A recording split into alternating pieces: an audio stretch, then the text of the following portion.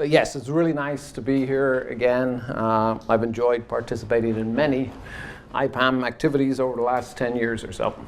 And I'm going to tell you a little bit about one of them. Now, there's a topic here this week of interpretability, right? I'm sadly not going to talk about that at all because I don't know how to interpret anything. But I will, watch out for the fish, right?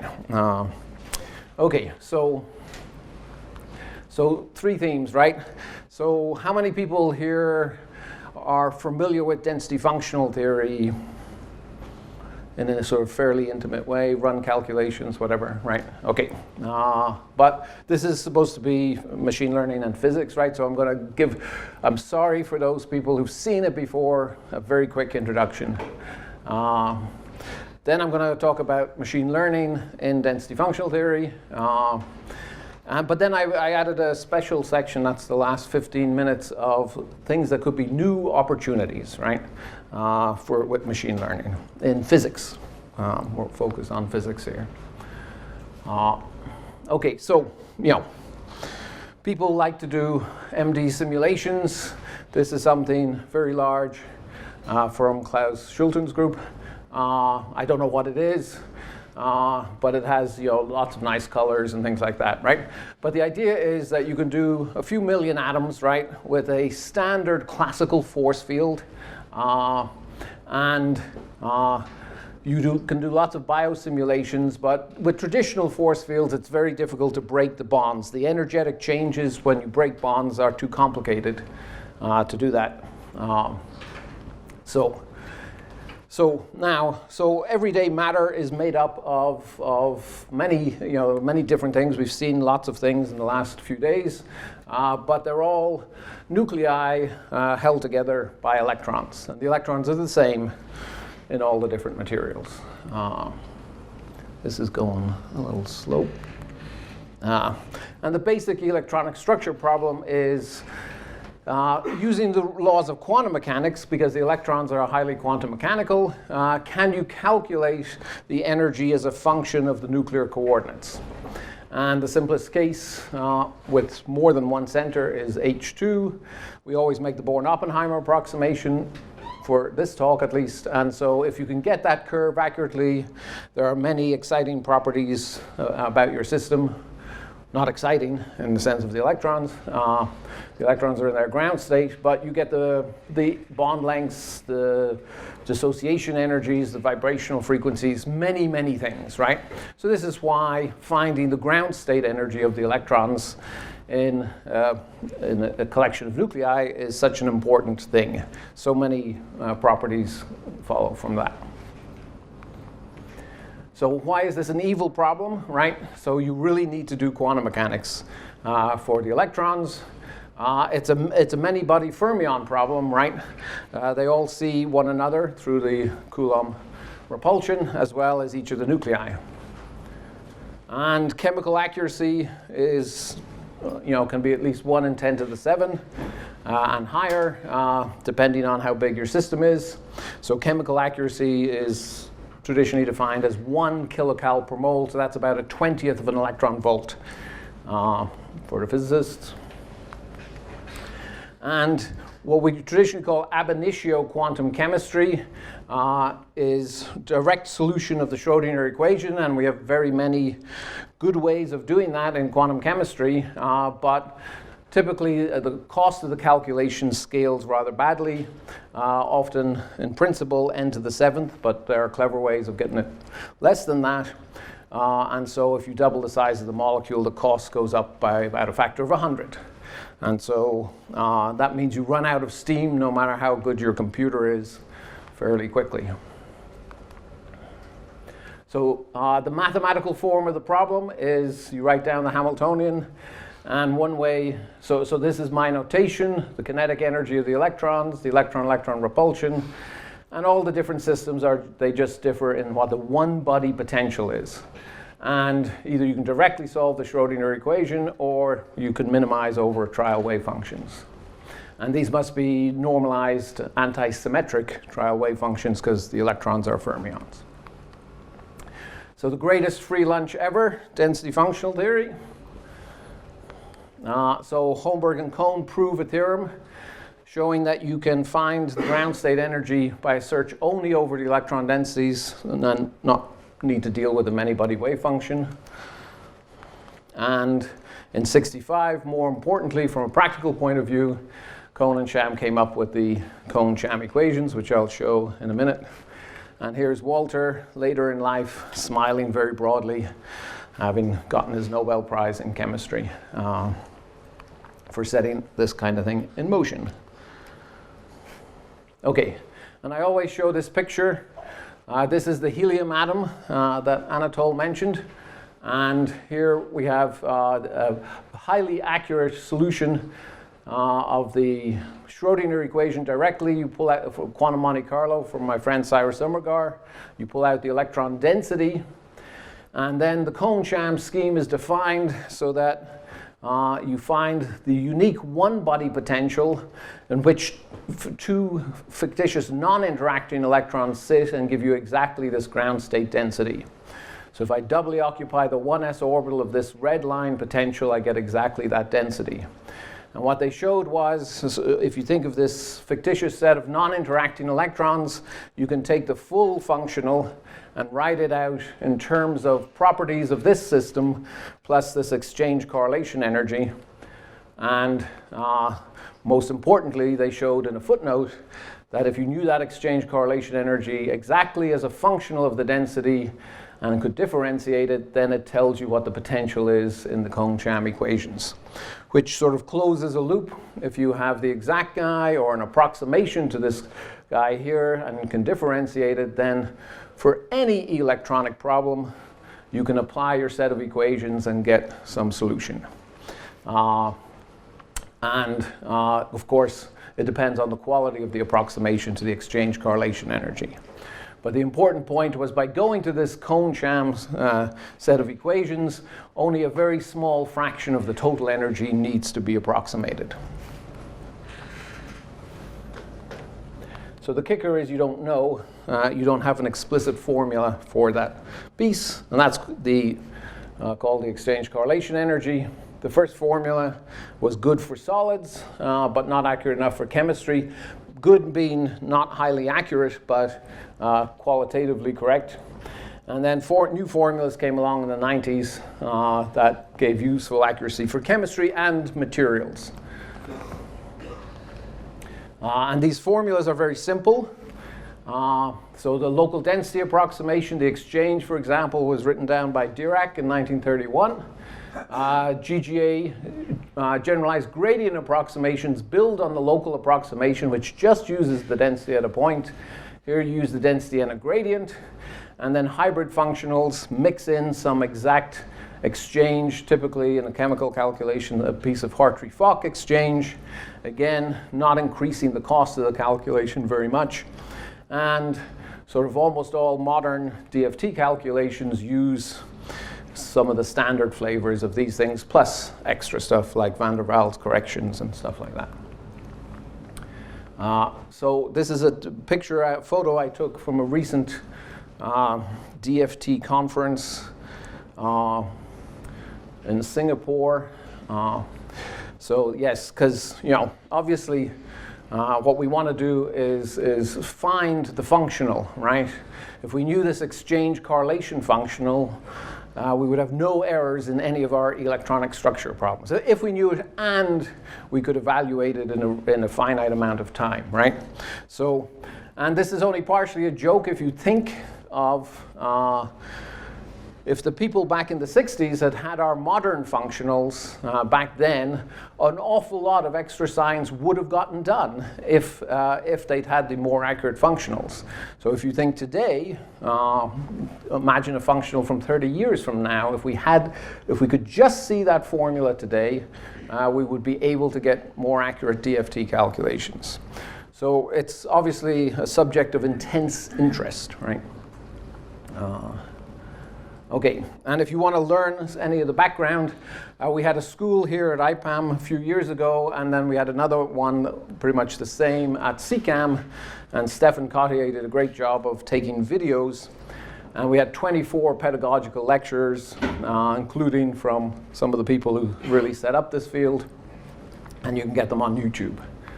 Okay, but of course in practice, there's an alphabet soup of approximate functionals. So if you've run a DFT calculation, you would have seen about 500 different buttons in your code that you could press. And obviously, you just keep randomly pressing buttons until you get the answer that you want, right? And then call it a first principles. That's a joke, guys. I know half of you have heard it before, but you could still laugh politely, right? Okay. So applications, right? These keep getting better and better, right? The Haber-Bosch process of better catalyst, that was one of the first ones, was really predicted by a genetic algorithm. Now, I had this one here, the world's hottest superconductor, hydrogen sulfide. And actually, they first thought H2S, but the one that turned out hottest was H3S. But it was done by a DFT calculation and then found.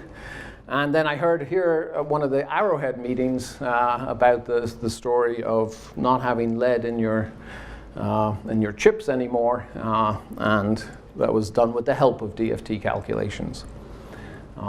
But in the time since I sort of started pointing that out, of course, there are now higher temperature superconductors. I think they've been verified, these lanthanum hydride systems. And this is sort of ongoing, and they're getting close to room temperature, right? I think these guys, if you bring them to Antarctica, and of course put them under an awful lot of pressure, then they go superconducting. Okay, so people are really finding new materials running DFT calculations.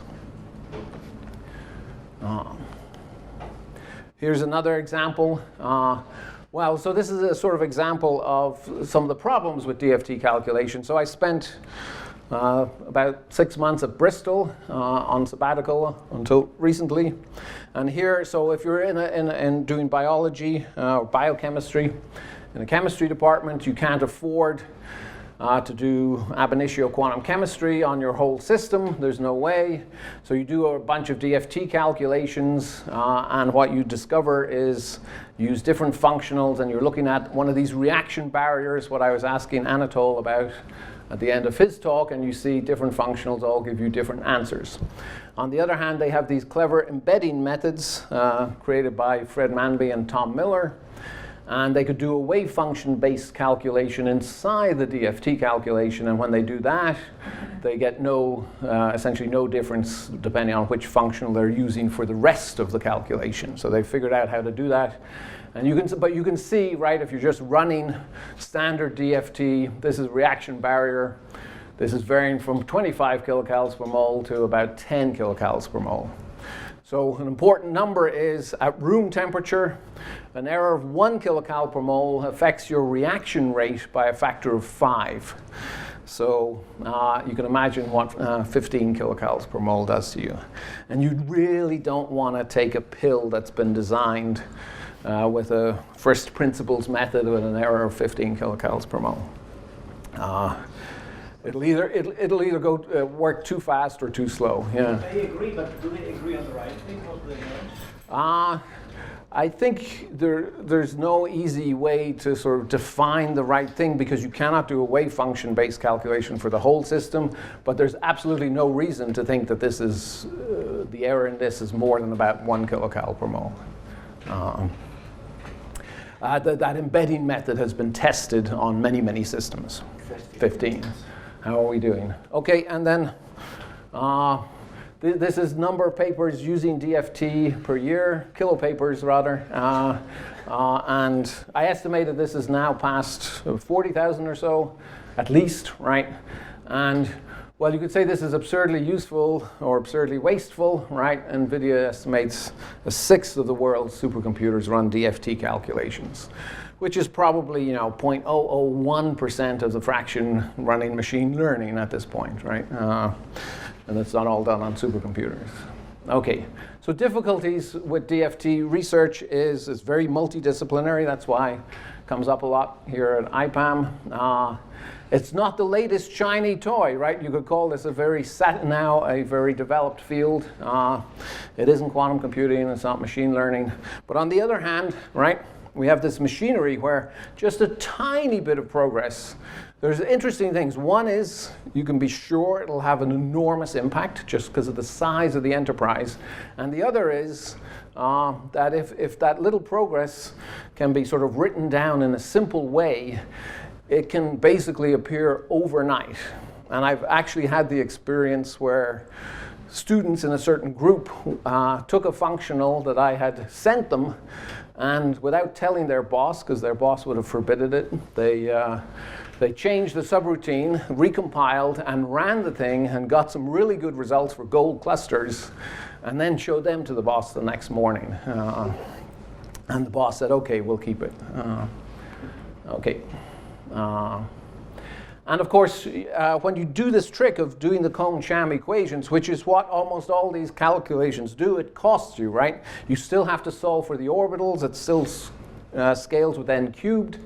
And it would be great if we could bypass that and maybe do much, much larger systems, right? We always want to do larger systems if we can. We could maybe get the cost down to machine learning. Okay, that wasn't too bad. Okay, so that's DFT, all of it. Actually, it's not all of it. I'll get to other bits of DFT at the end. We good with that? We're hungry? Okay. So machine learning, right? So Anatole mentioned this great workshop that was here, I guess about 10 years ago almost, right? But there's been huge interest in the last 5 years, right? I don't need to tell you guys that, and we heard directly from Anatole about some of these methods for searching chemical compound space. So most of the action is sort of in designing these methods which are based on sort of looking at where the nuclei are, on their charges and things, and developing interatomic potentials, right? So things where you could do classical MD on those things, force fields, right?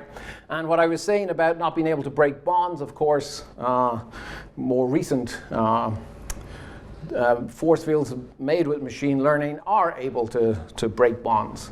So so possibly one of the first big impact things coming out of machine learning in this field will be the sort of people applying these things very generally and finding all sorts of new stuff. What I'm going to talk about is something different, which is using machine learning to find density functionals. And this was the original team. Matthias was substantially younger at that time, but then again, so were the rest of us. And John Snyder was a graduate student. So Klaus and I met giving the tutorials at the start of one of these long programs, and we sort of got into a bit of a bet as to whether or not we could use kernel ridge regression to come up with density functionals. And we made up a little toy problem, which was just putting particles in a box. So this is what physicists, the first problem you sort of solve in quantum mechanics.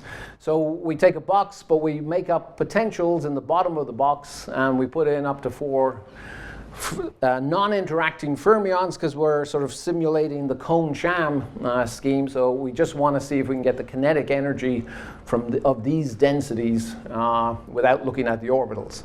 And we use kernel ridge regression, and the important point here is the nature of the kernel here. So we just use a Gaussian kernel, but the metric is just the difference in the densities squared over the space. Now, why that's important is because this is a totally non-local functional of the density, right? You have data points, and you're measuring a distance from each data point. This looks nothing like any functional that any human had ever written down before. And our approximate functionals have lots of limitations, and one of the biggest one is when you take a bond and you stretch it, all semi-local and semi-local functionals of the type we use today go wrong as you pull 2 sets of electrons apart, as in when you break a chemical bond. This is totally non-local, and the idea is to create density functionals that essentially, with enough training, become sort of relatively exact, and in particular, have no difficulties in the places where the human-designed ones have. So we can overcome problems with human density functionals. And very quickly, so Klaus and I had the idea, and then poor Matthias and John had to work on it, but they were here at the Institute, so they could. And it was much better than going to the beach at Santa Monica. And within a week or two, they had this thing coded up, and the errors were going down pretty fast with the amount of data, and certainly below kilocalories per mole. And if you did an LDA or a GGA, you'd have about 100 kilocalories per mole.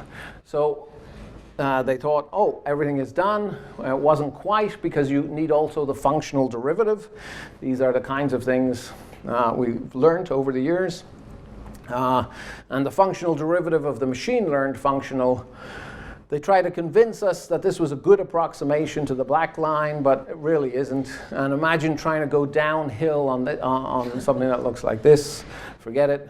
But then Matthias came up with a principal component analysis, not exactly rocket science in the machine learning world, project on the directions in which you have the most information, and then when you go downhill on the projected surface, lo and behold, you get perfectly accurate result. And so that was, 7 years ago or so that we got that done. And so we sort of showed how it could work for a very simple toy problem. So years go by, most of which is wasted with me trying to understand how this machine learning stuff works, which turned out to be a mistake because it just slowed down the research. It's much better to just go ahead. So we just went through this, right? And we're about here at the moment. Yeah, so there's so this is, so what we learned along the way when we went to more realistic systems is that our projection method starts becoming too expensive.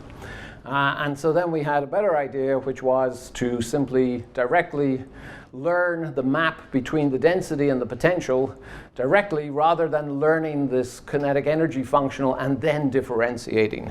Again, not exactly rocket science. And so we need to learn a vector rather than just a number as a functional of the densities. So this is work by Felix Brockhart, mostly. And we did a bunch of little molecules, and then we did this malonaldehyde, where we heat it up, we do a cone-sham DFT calculation, we do molecular dynamics, we get a bunch of snapshots from the simulation, we train the machine-learned functional on that, and then we run the MD with the machine-learned functional.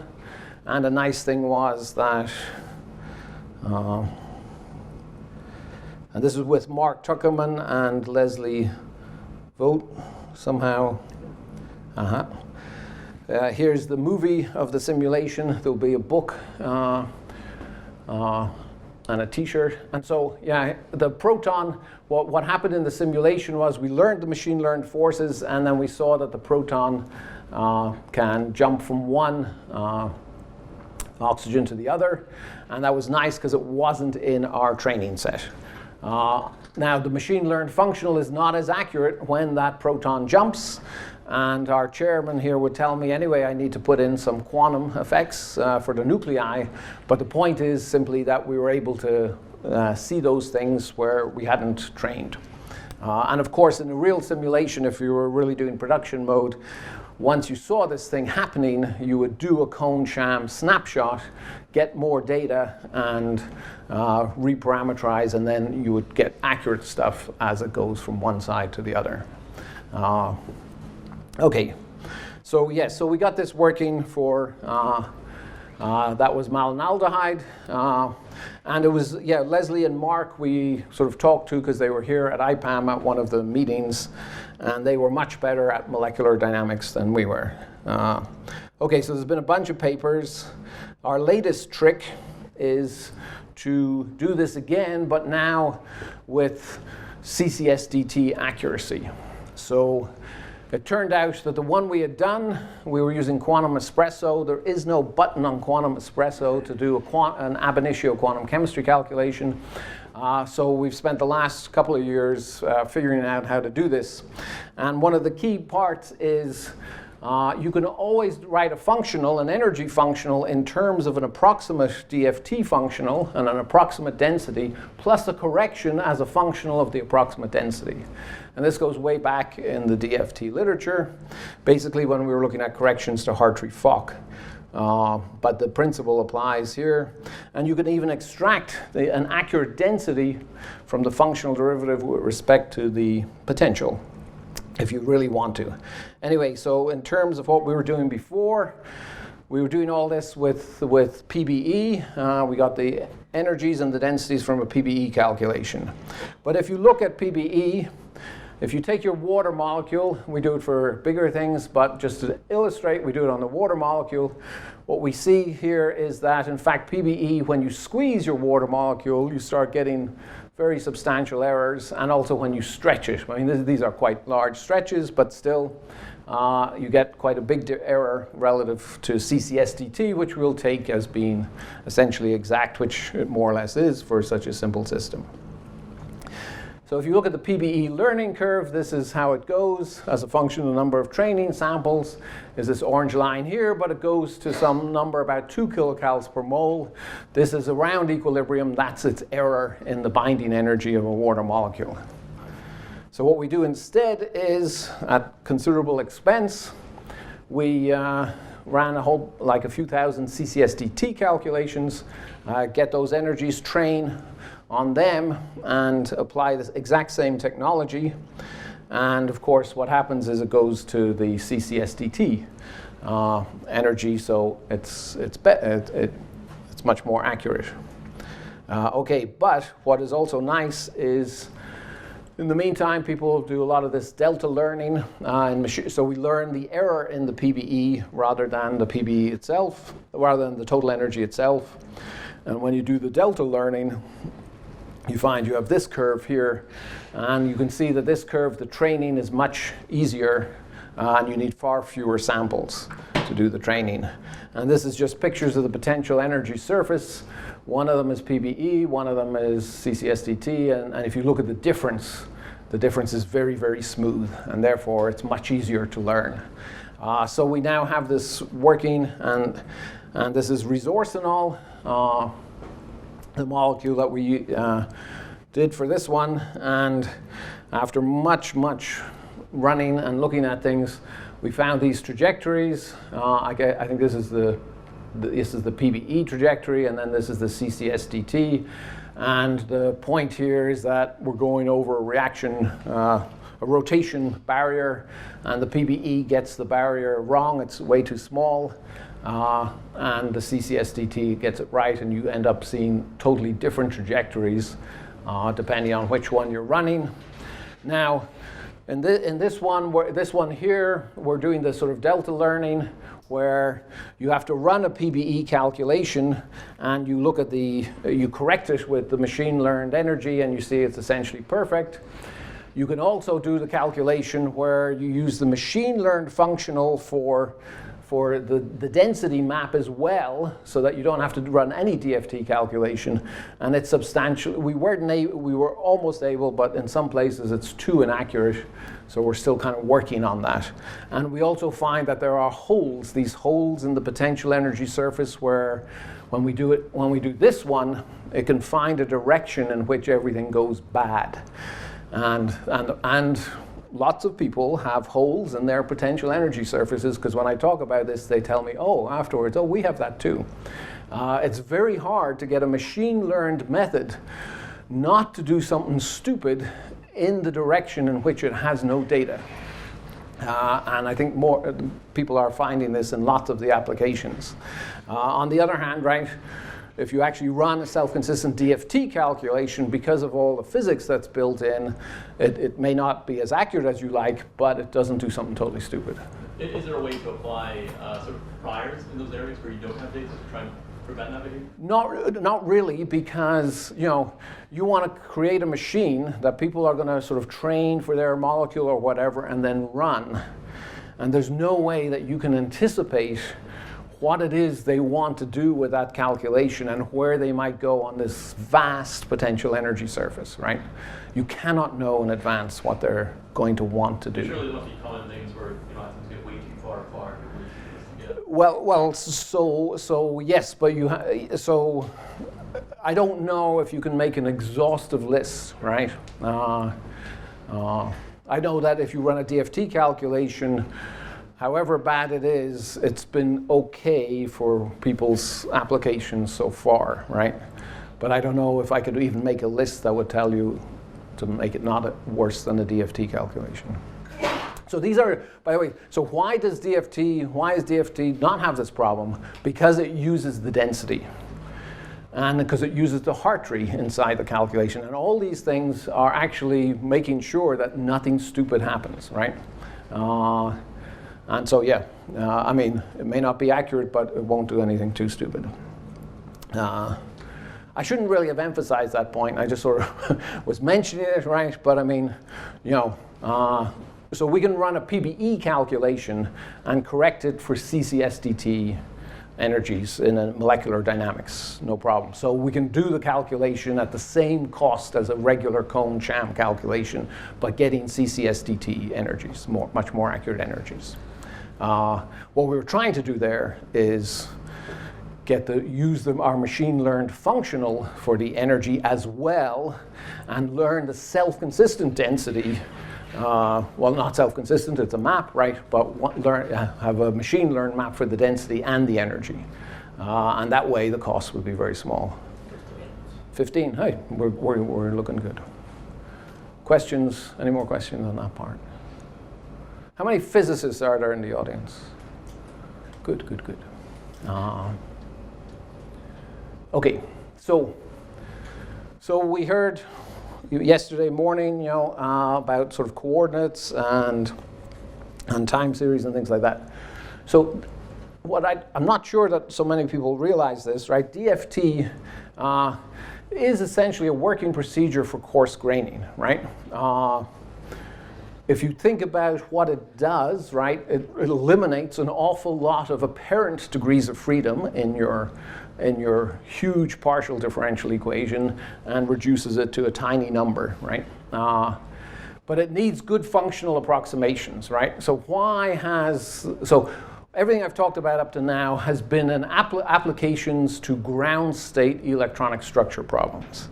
We also have, very interestingly, time-dependent DFT, which we use to get electronic excitations, but that's all the electronic structure problem.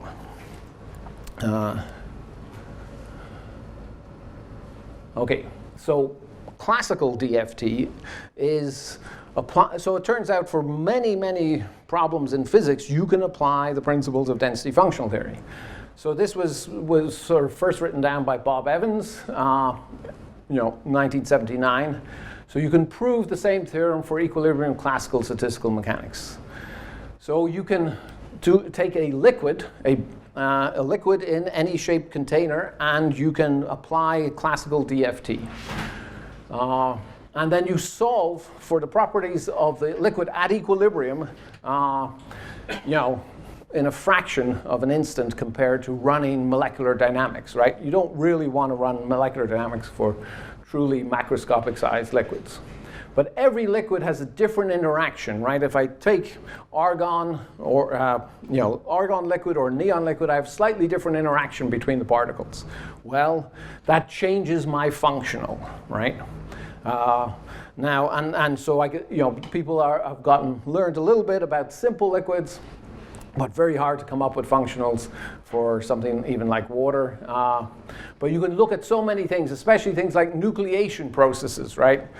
You can really use up your entire supercomputer budget running MD and still you're waiting for a nucleation event to occur, right?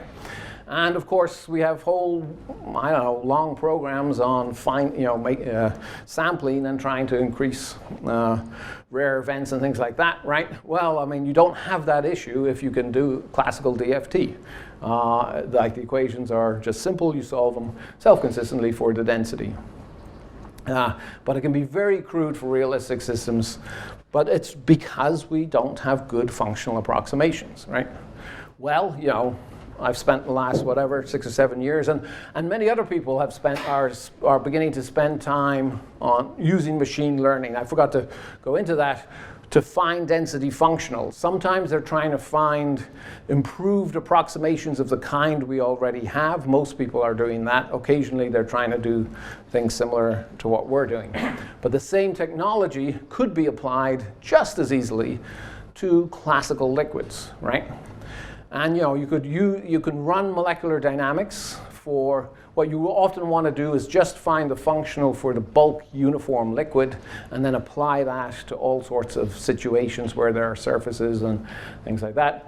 But you could imagine running them exactly as the kind of thing we saw this morning. You run the MD and you use it to train a functional, and nobody has tried.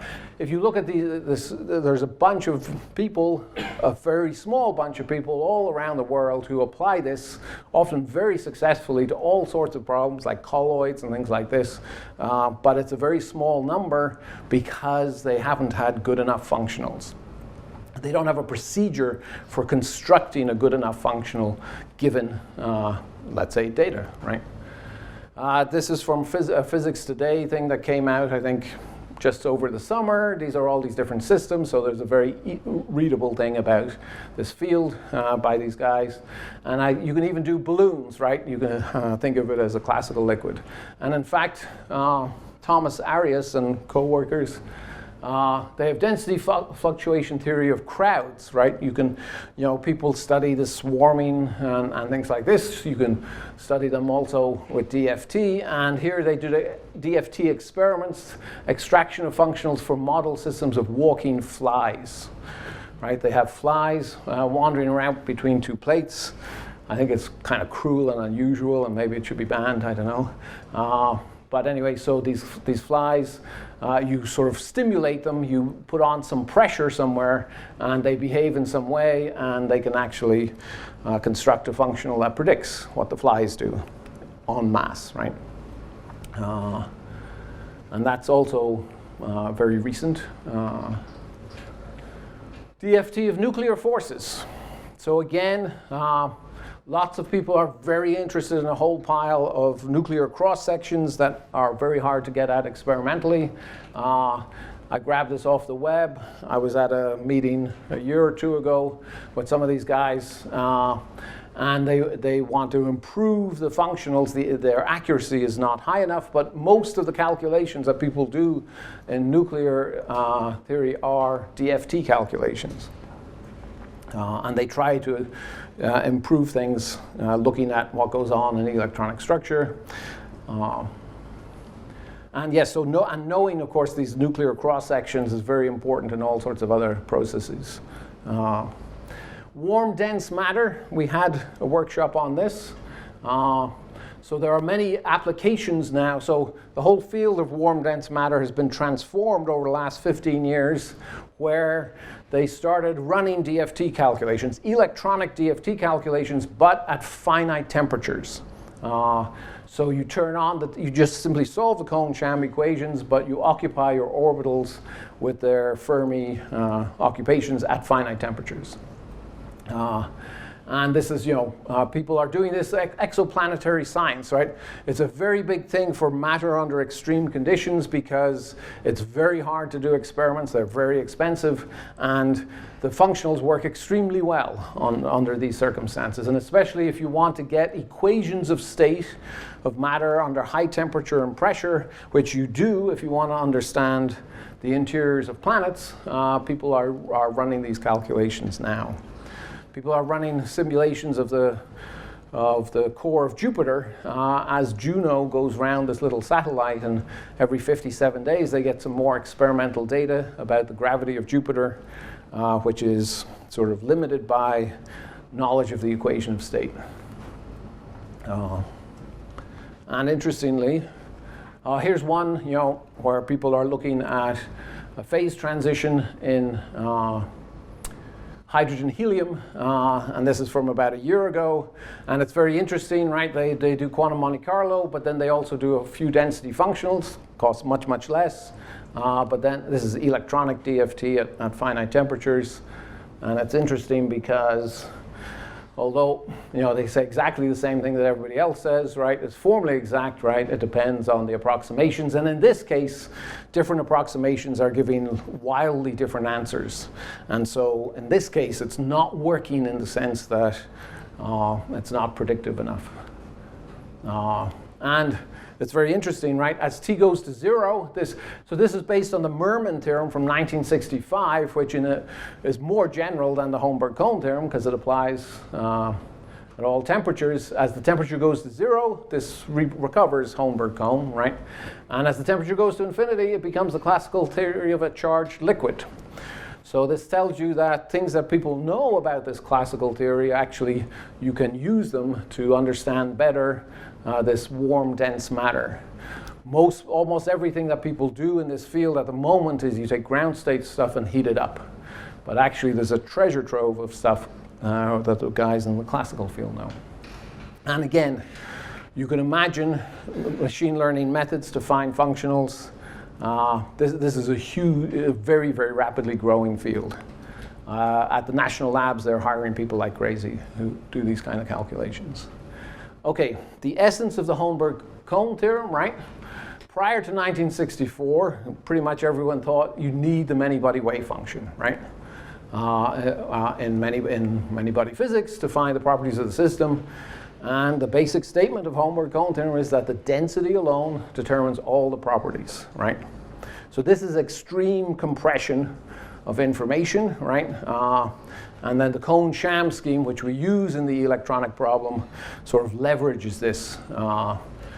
And these theorems, right, 50 years ago or so, right, look like they were totally useless, and even Walter thought they would be useless outside of something like bulk lithium, right? Well, it turns out, I think they turned out not to be useless, right?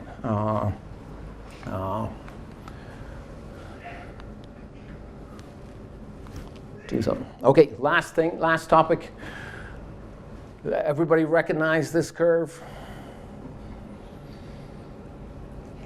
Yes, good, right? So this is the CO2, right? So I teach, I stopped teaching, but I used to teach a basic course in chemistry to non-majors, right? And we look at this Keeling curve, and when I started about 6 or 7 years ago, someday soon it's going to hit 400, right? 400, and we should worry about that, right? Well, that day has come and gone, right? So 400 parts per billion. We're heading toward doubling the CO2 compared to what it was before the Industrial Revolution, right? And you may have heard that this has certain nasty knock-on effects, right? Okay, so in all of materials design, in lots of drug design and things like that, people are now very routinely running DFT calculations in order to supplement things, right? So this is beginning to happen in climate science. They're just beginning to get into it. This is a model, atmospheric chemistry model box. It's very interesting. These box models, these models that they have. We have one of the top atmospheric chemistry departments in the world at UCI. So I hear a lot about this stuff. And so, these are very complex, sophisticated models, but they're very important.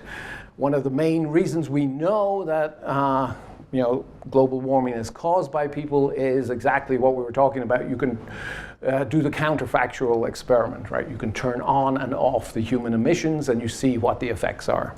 But, around the world, there's about a dozen or so of these models. They differ quite a bit, and people tend to run all of them and then see where the predictions line up.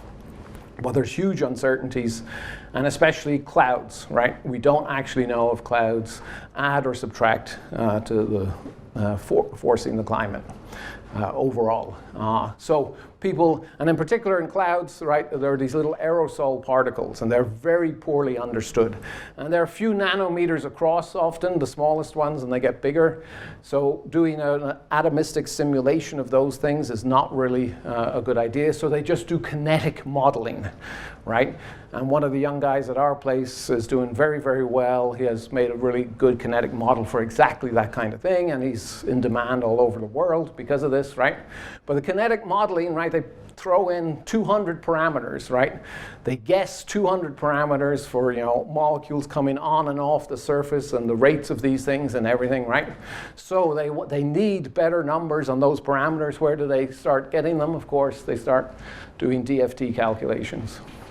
This again was from Bristol, but here, see, this is a rate constant for a very important reaction that goes on in the atmosphere. Here's a picture of the rate, and see it's superimposed on the planet because they figure out these rates, they put them into the models, and they're seeing where there are, these Kriege intermediates, which are very nasty, and where they are appearing in the atmosphere. So they're beginning to do that, and how are they doing these calculations? Of course, they're running DFT, right? And of course, as I mentioned, right, 1 kilocal per mole error changes that reaction rate by a factor of 5. And here we go, and here, they're using some set of DFT letters, trying to get them as accurately as possible to put into these models. So this is beginning to happen all over the place, people running DFT calculations. This was my last one, right? The picture of the fish. Remember the fish? So what is the significance of the fish? The fish is, this is a paper, and apparently this is quite an important journal in physiology. And so this poor fish, well, okay, the fish is not about to go extinct, don't worry, right? The Gilt-head Seabream. What it is the fish, they have fisheries of these guys, and they can control the environment very well. And what they do is they, make the water a little more acidic, right? And you change the pH of the water. Now, the change is tiny, and it looks like it makes no difference to the fish, right? Except it turns out that the fish smell stuff in the water. They smell predators in the water. And the tiny change in the pH affects the molecules, these olfactory molecules, that so they can sense things. So they did these field studies, and the poor fish get eaten when you make the water more acidic, right? And so somewhere in that paper, right, what do you know, right? DFT calculations, adding and removing a proton from one of these molecules, figuring out what the pH is going to be and how it affects these signaling molecules. So my point here is that now you can do DFT calculations of fish and get them published, right? No, but the point really here is that we have this rather urgent problem, right? We have this very advanced tool, but it isn't really quite good enough, right? On two levels, right? One is the accuracy. So if we could get this functional for the kinetic energy, right? You can do much larger simulations and then make them much more relevant. Maybe you could do those aerosol particles directly. And of course, if we can make this exchange correlation more accurate,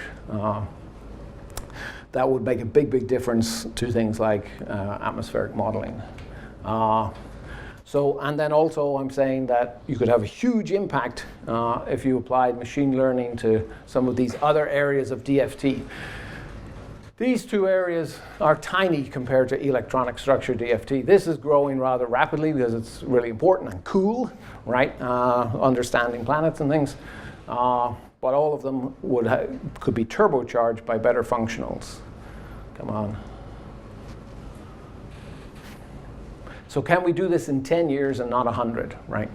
I don't think we have 100 years to figure out. I'm suspecting that within about 10 years, we'll be looking at geoengineering, right? And it would be nice to have some models that are reasonably accurate before you start trying some of those experiments. So maybe we can, maybe we must. Okay, and I think that's it. Thank you very much for your attention.